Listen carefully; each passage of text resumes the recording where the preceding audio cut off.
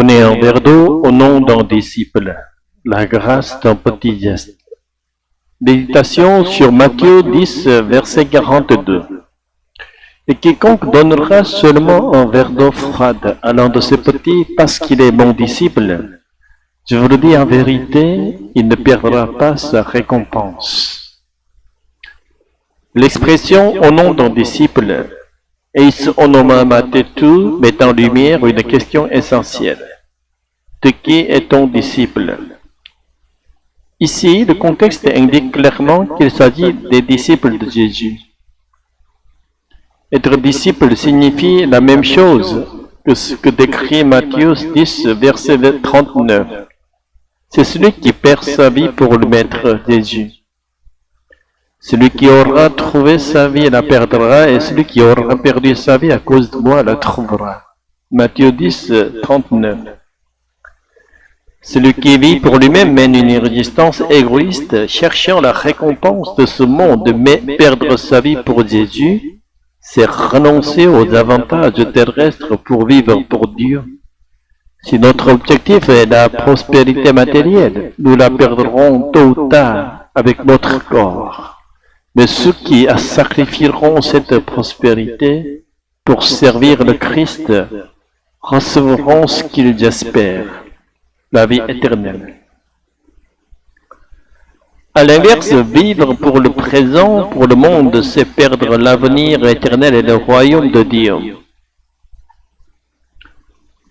Dans les versets 40-42, Jésus élargit la perspective. Il ne parle pas seulement des disciples eux-mêmes, mais aussi de ceux qui les accueillent et leur offrent, ne serait-ce qu'un verre d'eau froide. Accueillir ceux qui perdent leur vie pour Jésus, c'est en réalité accueillir Jésus qui les a envoyés. Et accueillir Jésus, c'est aussi accueillir Dieu qui l'a envoyé. Cette nuance est cruciale. Il ne s'agit pas d'exalter ou d'adorer les disciples comme si eux-mêmes devaient être élevés au rang de Jésus ou de Dieu. Ce passage est avant tout une parole adressée aux disciples, après les avertissements sur les épreuves qu'ils auraient à subir. Ce n'est donc pas une consigne donnée aux générations futures d'honorer les disciples comme des divinités, mais bien une promesse faite aux disciples persécutés. Ceux qui recevront leur message recevront aussi la vie éternelle. Au verset 41-42, Jésus donne 3 exemples concrets d'accueil. Au nom d'un prophète, au nom d'un juste, au nom d'un disciple. Cette triple expression reprend un idiome courant chez les rabbins. Les envoyés de Dieu sont à la fois prophètes, justes et disciples. Dans la tradition de l'Ancien Testament, les prophètes étaient persécutés par leurs puissants, mais reconnus par le peuple comme les porteurs de la volonté de Dieu. De même, le juste, en particulier dans Matthieu, désigne celui qui vit selon la volonté de Dieu. À ceux qui accueillent ainsi les envoyés, Jésus promet une récompense, également exprimée en 3 formes, la récompense du prophète, la récompense du juste, la récompense simplement. Cette récompense n'est pas le succès terrestre, richesse, gloire, mais bien la récompense eschatologique, la vie éternelle dans le royaume au jour du jugement.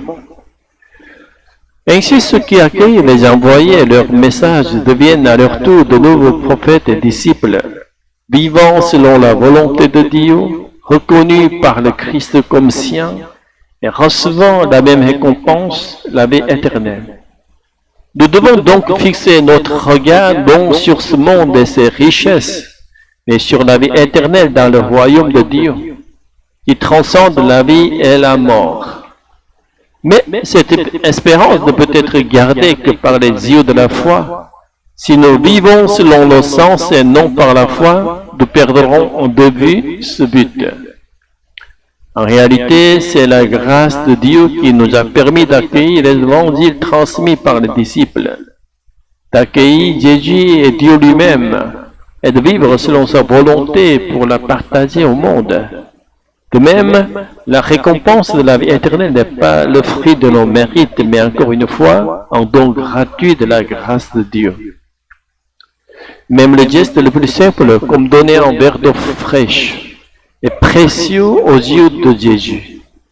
Il ne regarde ni la valeur matérielle de l'action, ni notre position, mais le cœur qui agit par amour pour lui. Ce que nous faisons, aussi humble que cela soit, devient un fruit de la grâce en nous.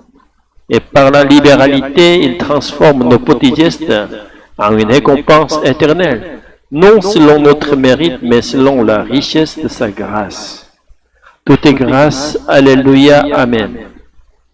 Seigneur Jésus-Christ, tu as promis de ne pas oublier même le plus petit geste fait en ton nom. Merci de transformer nos simples actes d'amour en fruits éternels de ta grâce. Garde nos yeux fixés sur ton royaume, afin que nous vivions selon pour ce monde qui passe, mais pour toi seul, que toute notre vie témoigne de ta grâce infinie. Alléluia, Amen.